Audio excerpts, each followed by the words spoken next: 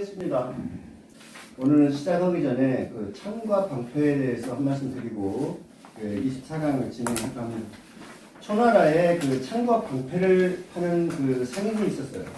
근데 그 상인은 방패를 이렇게 높이 들고 이 방패는 어떤 창으로도 찔러도 이 방패가 끄떡없다. 그러니까 이 방패를 사라고 크게 외쳤습니다. 그러다가 또 한 무리의 사람이 또 지나가면 이제는 창을 들고 이 창은 우리나라에서 가장 잘 만들어진 창으로 이 창으로 찌를 수 없는 것은 이 세상에 없습니다. 이렇게 이제 하면서 방패도 팔고 창도 팔았어요. 그런데 이제 그 옆에서 계속 그걸 지켜보던 한 사람이 선비께서 뭐라고 하는 거니?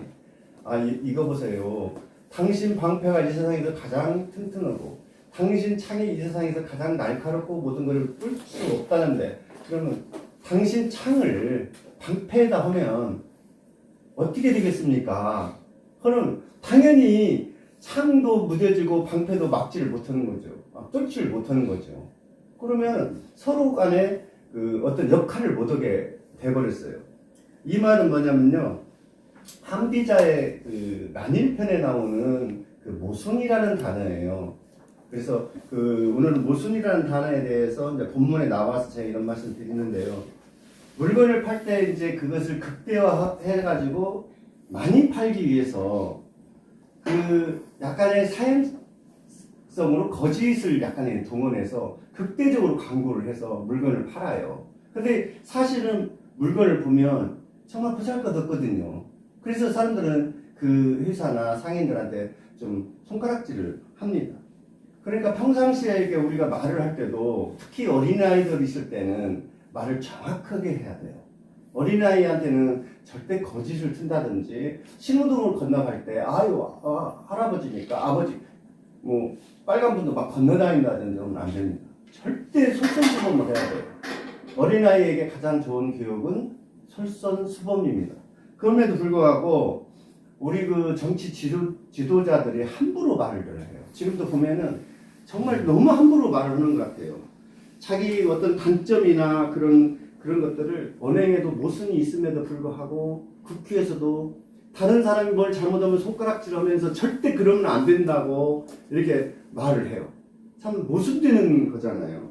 그러니까 우리는 언제든지 이렇게 하면 돼요. 진실만을 말할 때는 그거를 기억할 필요가 없어요.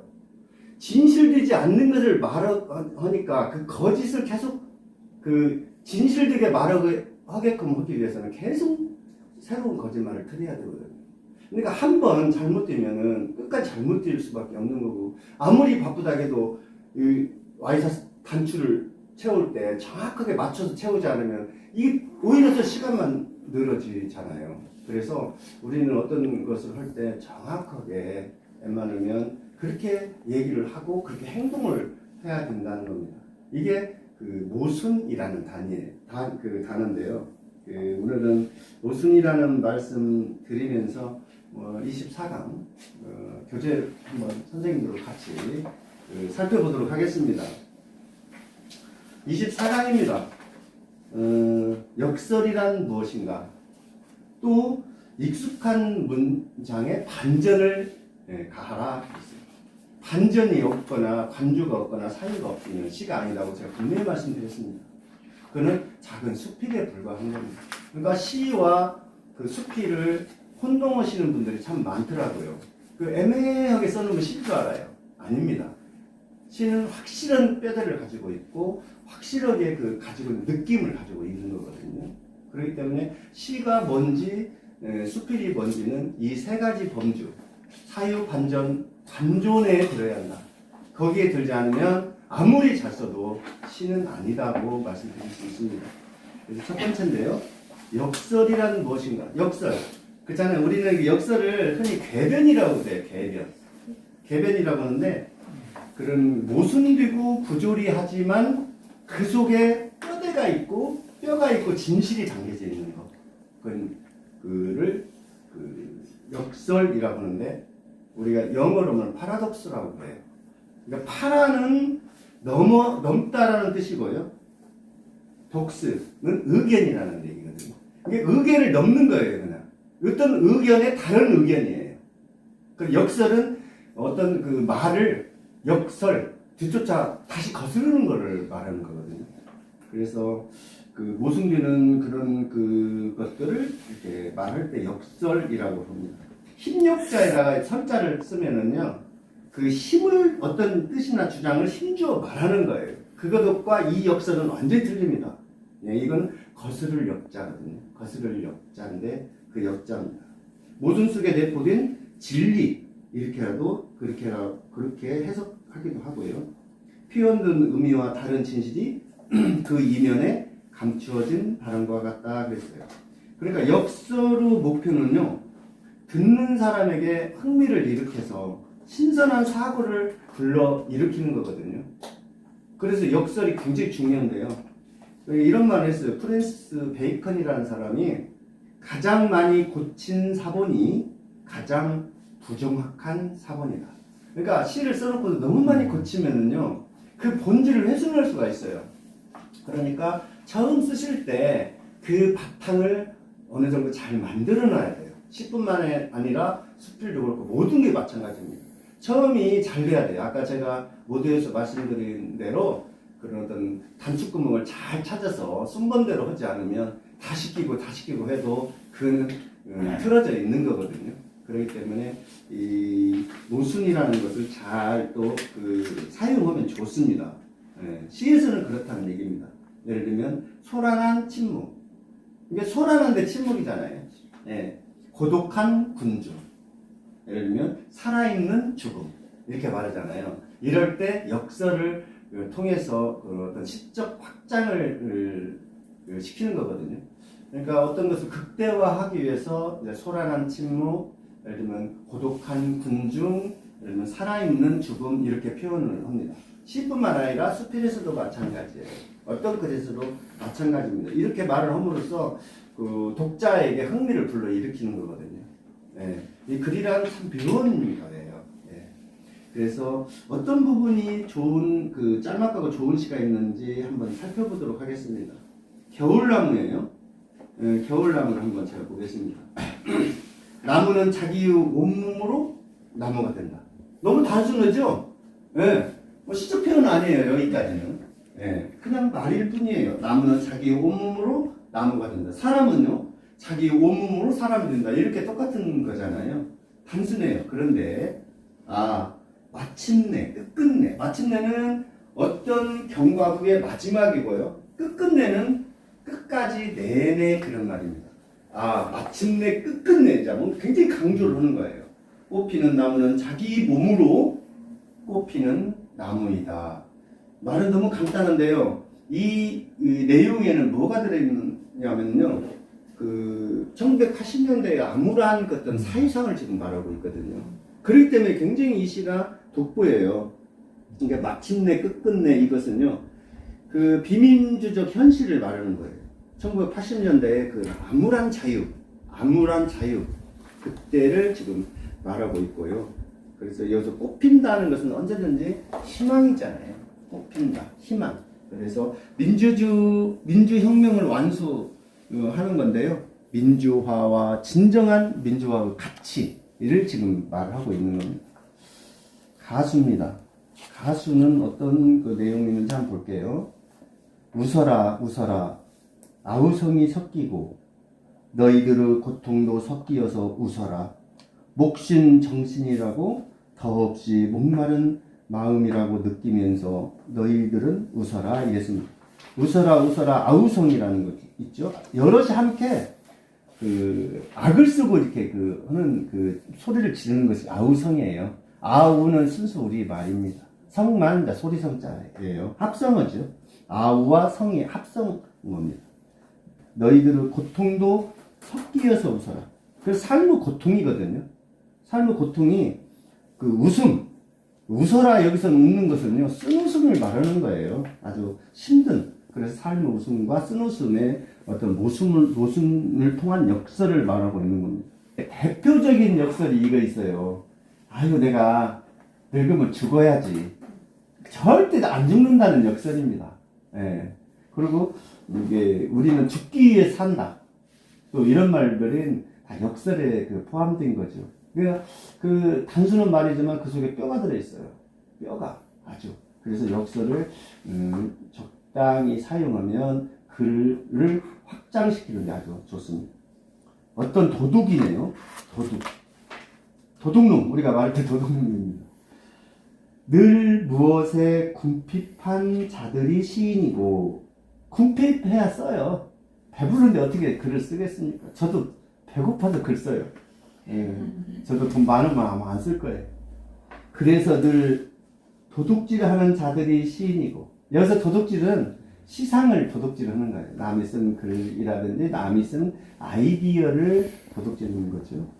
도둑질한 게 눈에 잘 띄지 않으면 때때로 느닷없이 슬픔의 원리까지도 훔치기도 하는 자들이 시인이다 그 말이에요.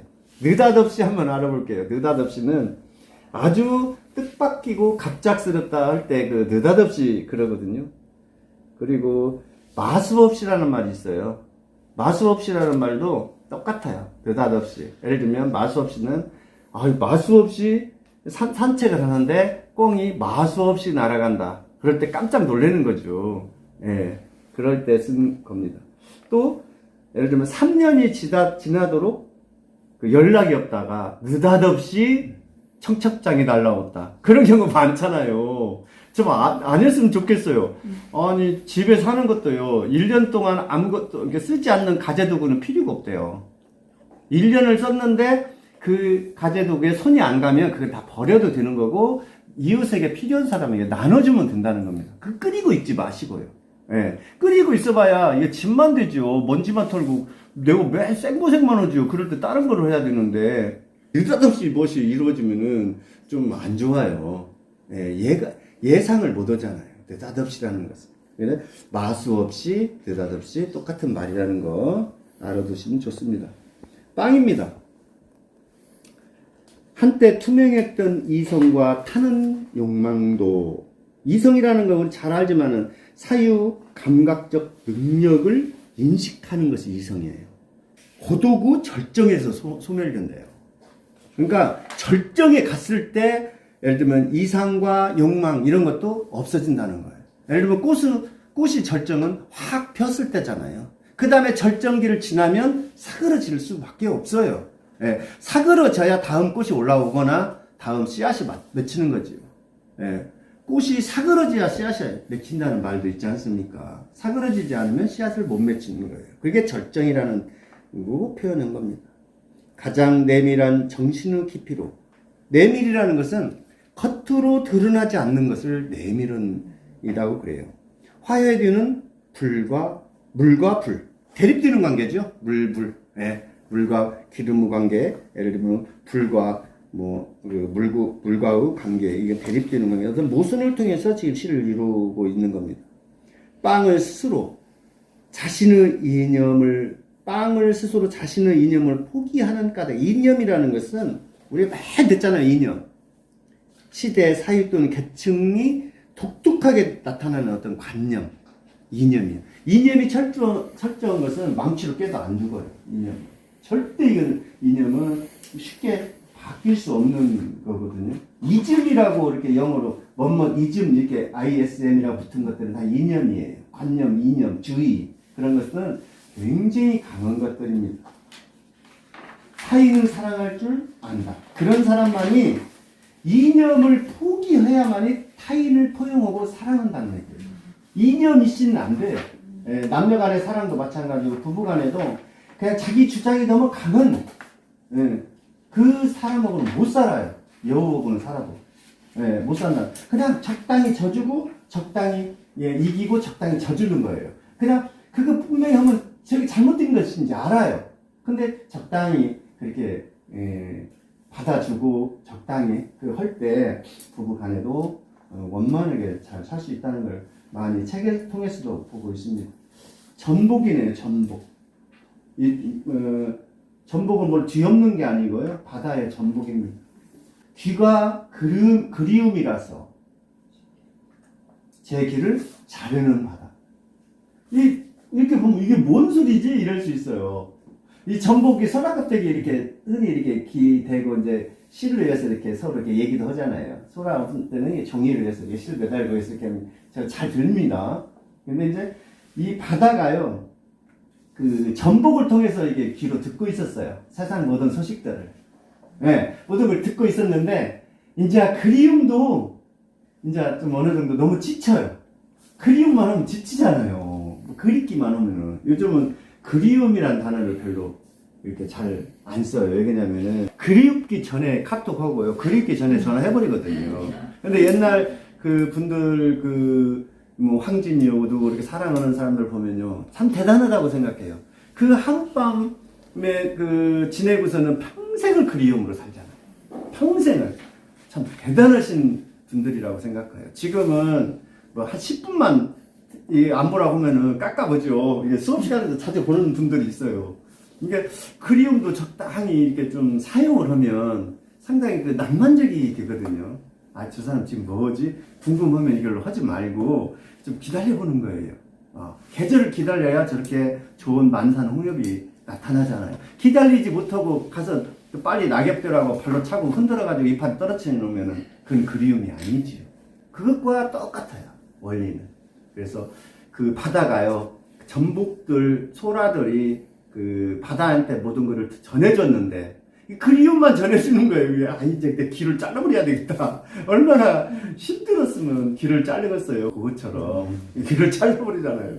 예, 물론 그 화가님은 그게 이제 그 귀에 문제가 있어서 이렇게 귀를 잘랐다고 그럽니다. 밀밭 소나타입니다. 참 낭만적인 글을 한번 또 읽어볼게요. 밀밭 소나타 강서완. 눈이 부셔요. 단지 바라보았을 뿐인데요. 미소 하나가 천만 햇살로 비추는데요. 모퉁이도 뜨거워요. 그늘이 빛을 먹어요. 잃어버린 소중한 것들이 고개를 들어요. 내 안에 청춘이 출렁거려요. 웃는 얼굴 수없이 다녀갔지만 그때마다 황폐화되기만 했던 가슴. 어떻게 미소 하나가 천만 볼트로 다가올까요? 어떻게 천만 줄기가 한 몸이 될까요? 내 안에 머나먼 입맞춤이 자라요. 바람이 불어요. 한 방향으로 흔들리는 국경. 열린 적 없던 바위를 열어요. 차가운 바위를 열어요. 파묻혔던 무릎을 세워요.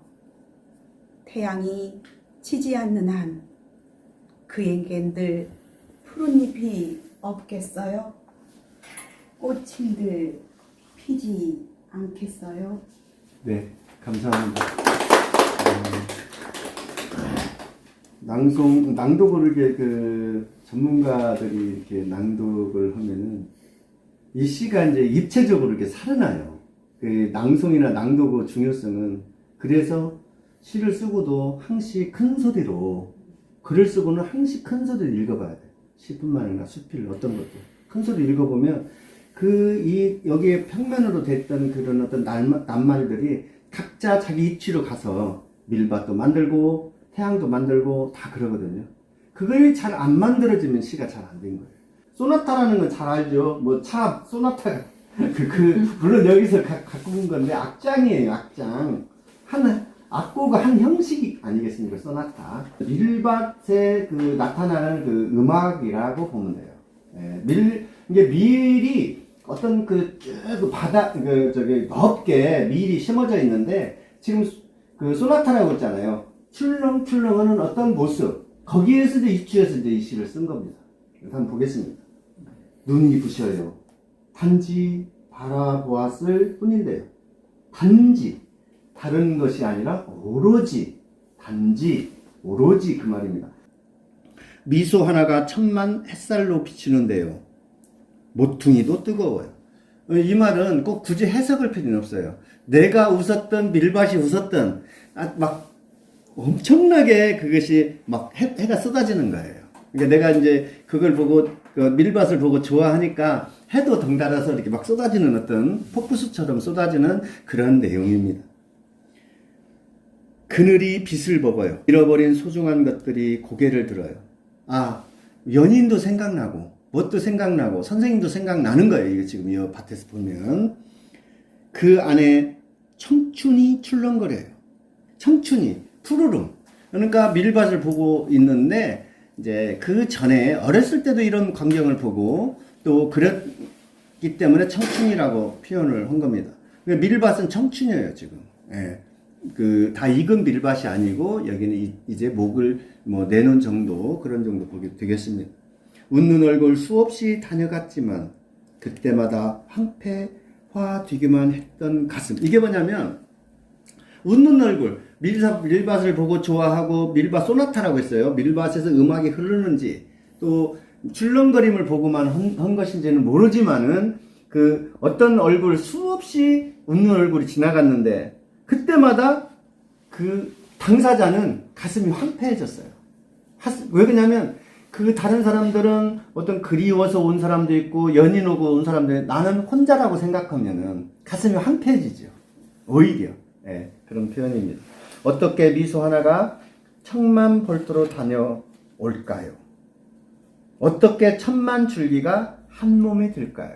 그러니까 이 하나하나 다 쓴 것을 그 줄기들을 하나로 지금 뭉쳐져 있는 거죠. 각각의 그런 그 밀이 심어져 있는데 그 하나의 그 밀, 그 하나의 연인 이렇게 되는 거예요. 그러니까 저와 밀밭과의 어떤 연인과의 관계처럼 이게 지금 표현을 하고 있는 거예요. 내 안에 머나먼 입맞춤이 자라요. 그러니까 옛날 청춘의 시절에 둘이 만나서 부둥켜 안기도 하고 이렇게 뽀뽀도 하고 그랬는데 이제 그게 이제 그 자라고 있는 거지. 머나먼 입맞춤이니까 이미 그 머나먼 그쪽에서 이제 어떤 일이 벌어졌거나 또 아니면 저쪽 머나먼 미래 쪽에서 벌어지거나 둘 중에 하나예요. 지금 현재에서 과거 쪽인지 미래 쪽인지. 근데 과거 쪽은 지금 여기서 보면 전체 과거 쪽이죠.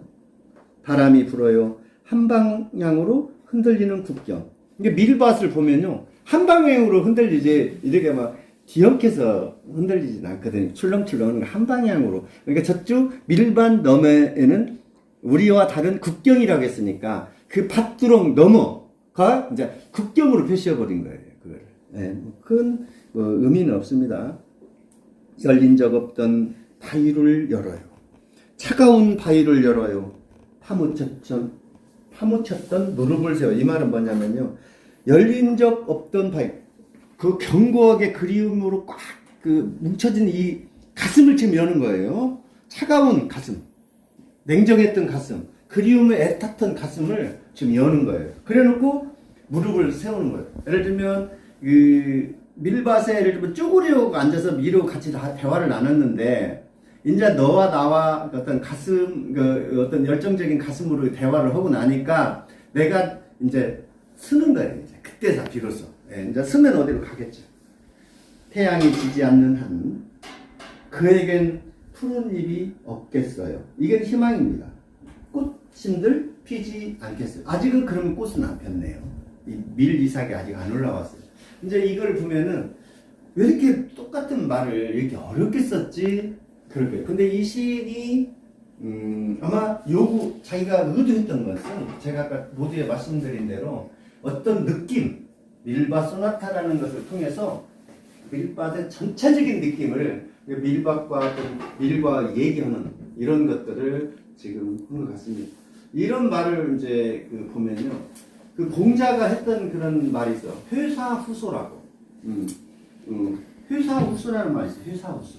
그건 뭐냐면 그림을 그리기 위해서는 흰 바탕이 필요한 거예요. 흰 바탕이 비로소 만들어진 다음에 그림 붙이를 해라. 이게 회사후소라는 얘기입니다. 아주 유명한 얘기인데요. 그림 그릴 때 흰 바탕에 하지 않고 검정 바탕에 그림 못 그리잖아요. 그럼 덧칠만 하는 거예요. 그럼 그림이 확실하게 안 나타나죠. 그러니까 이것도 밀밭도 지금 흰 바탕에 지금 이렇게 밀밭이 이 종이에서 지금 움직이는 거예요. 회사후소. 이건 또 뭐냐면요. 본질이 있은 연우에 꾸밈이 있다는 것이거든요. 본질은 이 종이 하얀 종이입니다. 우리 본질은 하얘요. 하얀데 거기에 이제 그림을 그리거나 글을 쓰는 것은 꾸밈이에요. 그러니까 본질이 없으면 꾸밈도 할 수 없다는 얘기입니다. 무서운 말이죠. 그러니까 흰 바탕을 마련한 후에야 그림을 그릴 수 있다. 그러니까 이런 글도 그냥 넘기지 마시고 꼭 이해하려고 하지 마시고요. 이런 글 정도는 그냥 느낌으로만 받아줘도 밀밭이 이렇게 지금 이루어져서 지금 이렇게 글을 썼구나 이렇게 알 수가 있습니다.